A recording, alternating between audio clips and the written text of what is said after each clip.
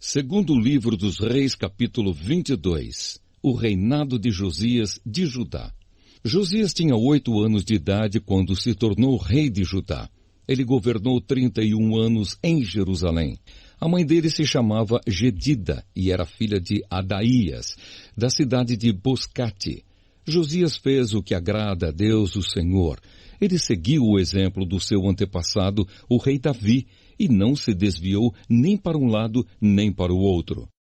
O livro da lei é achado. No ano 18 do seu reinado, Josias mandou que Safã, o escrivão, filho de Azalias e neto de Mesulã, fosse ao templo. Josias deu a seguinte ordem: vá falar com Ilquias, o grande sacerdote, e diga a ele que conte o dinheiro que os sacerdotes que tomam conta da entrada do templo têm recebido do povo. Ele que entregue esse dinheiro aos homens que estão encarregados dos consertos do templo. Eles devem pagar os carpinteiros, os construtores e os pedreiros e comprar a madeira e as pedras para os consertos. Os homens que estão encarregados dos consertos são honestos em tudo e por isso não é preciso pedir que eles prestem contas desse dinheiro. Safã deu a ordem do rei a Ilquias, e este lhe contou que havia achado o livro da lei no templo.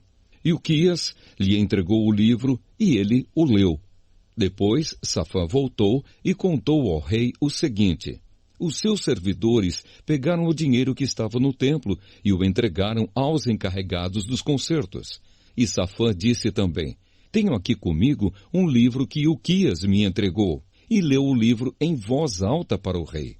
Quando ouviu o que o livro da lei dizia, o rei rasgou as suas roupas em sinal de tristeza. Então deu a Ilquias, o sacerdote, e a Aicã, filho de Safã, e a Acbor, filho de Micaías, e a Safã, o escrivão, e a Asaías, o servidor do rei, a seguinte ordem: vão consultar a Deus, o Senhor, por mim e por todo o povo de Judá a respeito dos ensinamentos deste livro. Deus está irado conosco porque os nossos antepassados não fizeram o que este livro manda.